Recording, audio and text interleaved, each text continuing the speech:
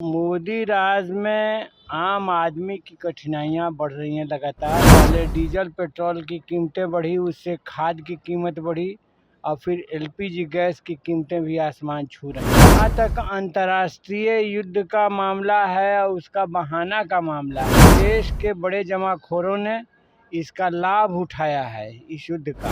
CPIML सांसद राजा राम ने commercial gas cylinder के दामों में हुई बढ़ोतरी को लेकर केंद्र सरकार पर तीखा हमला बोला। उन्होंने कहा कि अंतर्राष्ट्रीय युद्ध का बहाना बनाकर देश के बड़े जमाखोर और कॉरपोरेट घराने फायदे उठा रहे हैं, जबकि आम आदमी महंगाई की मार झेल रहा है। राजा राम ने कहा कि प्रधानमंत्री नरेंद्र मोदी के शासनकाल में आम लोगों की परेशानियां लगातार बढ़ रही है। डीजल, पेट्रोल, खाद और एलपीजी गैस की कीमतें आसमान छू रही है। उन्होंने दावा किया कि अंतर्राष्ट्रीय बाजार में तेल और गैस की कीमतें पहले भी इसी स्तर पर थी, लेकिन तब इतनी महंगाई नहीं थी। उनके मुताबिक सरकार महंगाई पर नियंत्रण करने में विफल रही है। आपको बता दें कि सांसद ने मांग की है कि गैस की बढ़ती कीमतों पर तत्काल रोक लगाई जाए और आम लोगों को सस्ती दरों पर गैस उपलब्ध कराने की गारंटी दिया जाए। उन्होंने चेतावनी दी कि यदि सरकार ऐसा नहीं करती है तो जनता आंदोलन करेगी और उनकी पार्टी उस आंदोलन का समर्थन करेगी। वहीं पूर्व मुख्यमंत्री राबड़ी देवी को सरकारी आवास खाली करने के नोटिस के मुद्दे पर भी राजा राम ने भाजपा सरकार को घेरा। उन्होंने क्या कुछ कहा, सुनिए। देखिए, मोदी राज में आम आदमी की कठिनाइयां बढ़ रही हैं लगातार। पहले डीजल पेट्रोल की कीमतें बढ़ी, उससे खाद की कीमत बढ़ी और फिर एलपीजी गैस की कीमतें भी आसमान छू रही हैं। जहाँ तक अंतर्राष्ट्रीय युद्ध का मामला है और उसका बहाना का मामला है, तो सच बात यह है कि देश के बड़े जमाखोरों ने इसका लाभ उठाया है इस युद्ध का। तेल अंतर्राष्ट्रीय बाजार में तो पहले भी इतना ही दाम था, लेकिन उस समय तो आधा रेट था अभी जो है उसका। गैस का भी यही हाल चाल है। इसलिए ये एक बहानेबाजी है। महंगाई पर सरकार रोक लगाए, गैस की बढ़ती कीमतों पर रोक लगाए और आम आदमी को आसानी से गैस उपलब्ध हो इसकी गारंटी करे, और नहीं तो ये मोदी सरकार की फेल्योर मानी जाएगी और इसके खिलाफ जनता का एक बड़ा आक्रोश उभरेगा।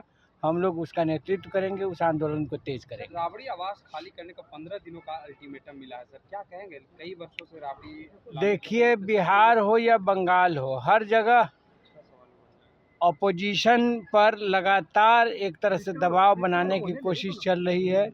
ये अनडेमोक्रेटिक है, अलोकतांत्रिक है, संविधान विरोधी है। अभिषेक बनर्जी पर हमला, उधर सीपीएम के पिनराई विजयन पर हमला, और फिर बिहार में ये राबड़ी देवी को आवास खाली करने का नोटिस। तो ये असल में लोकतंत्र में विपक्ष को हरास करना, ये भाजपा का चरित्र लक्षण बनता जा रहा है। ये बिल्कुल गैर लोकतांत्रिक है और ये उचित नहीं है। सर, तेज प्रताप जी ने कहा है कि पहले पूर्व मुख्यमंत्री नीतीश जी का बंगला खाली, अगर राबड़ी देवी का खाली होगा तब।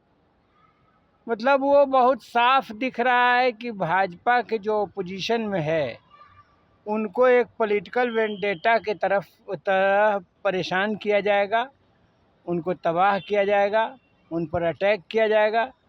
ये बिल्कुल मैंने कहा कि अलोकतांत्रिक है, गैर संवैधानिक है और भाजपा को इससे बाज आना चाहिए। सर, अभिषेक बनर्जी और कल्याण बनर्जी पर बंगाल में हमला किया गया है सर। मैंने कहा आपसे कि लगातार केरल के पूर्व मुख्यमंत्री अब हो गए, पहले जो मुख्यमंत्री थे उनके आवास पर छापामारी, उनको हरासमेंट, अभिषेक बनर्जी पर हमला, कल्याण बनर्जी पर हमला।